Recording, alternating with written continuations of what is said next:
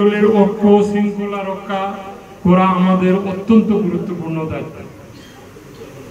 দলের ভারপ্রাপ্ত চেয়ারম্যান তারেক রহমান স্পষ্ট নির্দেশনা আমাদেরকে দিয়েছিলেন বারংবার, কেউ যদি দলীয় শৃঙ্খলা ভঙ্গ করেন কিংবা বিএনপির নাম ব্যবহার করে অনৈতিক কোনো কর্মকাণ্ডে লিপ্ত হন তবে তার বিরুদ্ধে কঠোর সাংগঠনিক ব্যবস্থা নেওয়া হবে। ইতিমধ্যে তিনি একাধিক সাংগঠনিক পদক্ষেপ যারা শৃঙ্খলা কঠোরভাবে অবস্থানের প্রমাণ। আমরা যে দলের শৃঙ্খলা বজায় রেখে আমরা যে কাজগুলো করছি অনেকগুলো উদাহরণ আমাদের সামনে আছে, যেগুলো শৃঙ্খলা আমরা কঠোরভাবে মেনে চলছি। আমরা স্পষ্ট জানিয়ে দিতে চাই, কোনো ব্যক্তি বা গোষ্ঠীর স্বার্থে দলের ভাবমূর্তি নষ্ট হতে দেওয়া হবে না।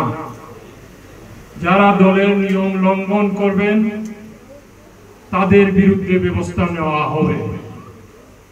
আর যারা দলের বাইরে থেকে বিএনপির নাম ব্যবহার করে ব্যক্তি স্বার্থ হাসিলের চেষ্টা করবেন তাদের বিরুদ্ধে আমরা বাংলাদেশ জাতীয়তাবাদী দল সিলেট জেলা এবং মহানগর আমরা আইনানুগ ব্যবস্থা গ্রহণ করব।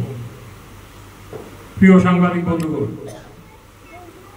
প্রতি আমাদের অনুরোধ, একজন অনৈতিক কাজে পুরো দল এর উপর চাপিয়ে দিবেন না।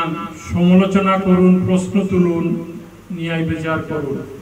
দলীয় শৃঙ্খলা ভঙ্গকারীর বিরুদ্ধে আমরা আমাদের দলের ভারপ্রাপ্ত চেয়ারম্যান 5ই আগস্টের পর থেকে যে কঠোর নির্দেশনা দিয়েছেন সেই কঠোর নির্দেশনা অব্যাহত আছে। আমরা এই ক্ষেত্রে জিরো টলারেন্সে আছি।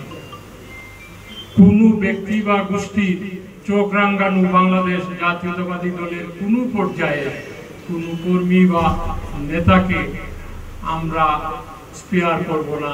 তার বিরুদ্ধে আমরা সবসময় অবিচল এবং কঠোর ব্যবস্থা নিতে আমরা দ্বিধাবোধ করি না।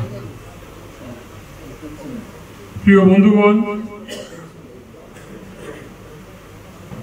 আমরা আশাবাদী আগামী দিনগুলোতে বিএনপি জনগণের পাশে থাকবে এবং তাদের আশা আকাঙ্ক্ষার প্রতিফলন ঘটিয়ে একটি গণতান্ত্রিক সমৃদ্ধ বাংলাদেশ গঠনে ভূমিকা রাখবে।